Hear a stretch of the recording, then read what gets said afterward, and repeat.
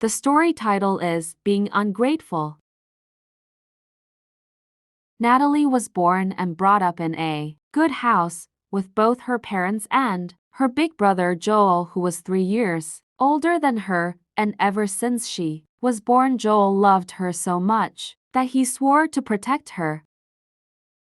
They were not rich, but they had a better life and they could afford everything they needed. Being a youngest, her family spoiled her a lot and did anything to make her happy, so she grew up to be a happy kid with an adorable family and a protective brother who loved her. But things started to take a wild turn when she turned 10. It was her birthday, and her parents threw a great birthday party for her and invited all her friends and classmates. The party went well until it was time to open her presents. She opened her father's gift first and was surprised to see a dollhouse and some books. She threw away the gift, saying she wanted something better, not a dollhouse and some stupid books. She screamed at everyone and started throwing things around the house. Her parents tried to calm her down, but she couldn't listen and went to her room, refusing to talk to her parents. Later, her brother came to check up on her, but she shut the door in his face. This was so surprising and sudden, since she never acted like this before. Natalie refused to talk to her parents for 2 days, saying her parents humiliated her. So to make up for this, her brother used up all his savings to buy her branded shoes. Ever since that incident, Natalie started being rude to her parents and yelling at them if they give her little money for lunch and small allowance. Sometimes Joel had to give up his lunch money so that Natalie wouldn't have to stress their parents. As she grew older, she started refusing to wear ordinary clothes since she was popular at school and didn't want to ruin her reputation. When she was in the 8th grade, her parents changed her to go attend the same school as his brother, so it will be easy to pick them up. Obviously, she protested against it, but her parents didn't listen, so she gave in. Even though Joel looked out for her when she went to his school, she acted as if Joel didn't exist, so she maintained her popularity. But being the elder, Joel didn't say a word and made sure he watched her from far, just to make sure she was okay. Joel tried so many times talking to his sister and trying to tell her about her behavior and how she stresses their parents, but Natalie told him to mind his business and that it's their parents' duty to provide for them. Natalie became a cheerleader and started dating rich and popular guys. Joel tried to warn her about her friends and boyfriends, but she couldn't listen. Natalie didn't do well in school because she spent most of her times partying and hanging out with her friends. His brother used to sneak into her room and do her homework, and sometimes persuading and insisting on teaching her, but she couldn't care less. Her parents got worried about her behavior but couldn't say anything because she yelled at them and only talked to them when she needs something new, or when she need money, or when she doesn't want any gift her parents bought for her.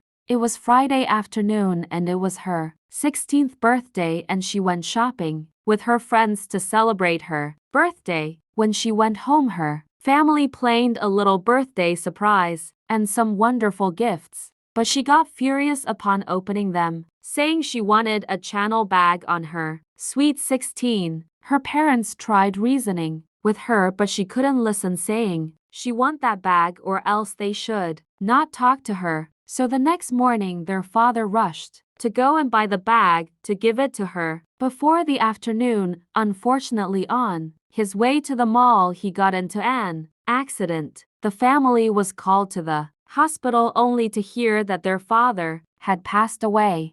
Natalie was shocked and couldn't believe it, but her mother and her brother were just quiet until they left the hospital. When they reached home, Joel locked himself in his room with tears in his eyes, knowing she is the cause, so Natalie decided to go and apologize. She knocked and Joel opened. Just as she opened her mouth to say she is sorry, Joel interrupted her and said with anger, "I guess you are happy now. See what you have caused. Just because of a stupid Chanel bag we lost our father. Our parents worked so hard to provide for us a good life that you were busy impressing your friends and didn't care. All you did was to yell at them and demand for more. Father had to work 2 jobs just to make sure your allowance and your lunch money was enough. And so you afford your so-called branded clothes. Everything was just about you. I had to give up my lunch money and my savings just because you wanted to fit in with strangers. And just because you want to be popular. Guess what? Father was supposed to go and use all his savings to buy you that bag. They gave you everything, but you never appreciated them. Not even to say thank you. I hope you are happy now, and I hope you will be more popular. So Joel closed his room. Their mother overheard their conversation and felt so bad. So later she went to Joel and told him not to make things hard for his sister and to forgive her, but Joel was angry and made it clear that he will never forgive her. Natalie was so hurt and couldn't hold her tears as she remembered how she treated her parents and how she never appreciated her family, plus the fact that she is the cost of her father's death. After their father's funeral, Joel still continued to ignore Natalie, no matter how much she begged and apologized. Natalie gave up her popularity, stopped being friends with her old friends, and started to be a good person. She started doing part-time jobs to help her family, and also joining her family during the weekend to help at the homeless shelter. As time went by, Joel finally forgave his sister and they started living their normal happy life again. Natalie and Joel bond strengthened once again, just like how it was when they were kids.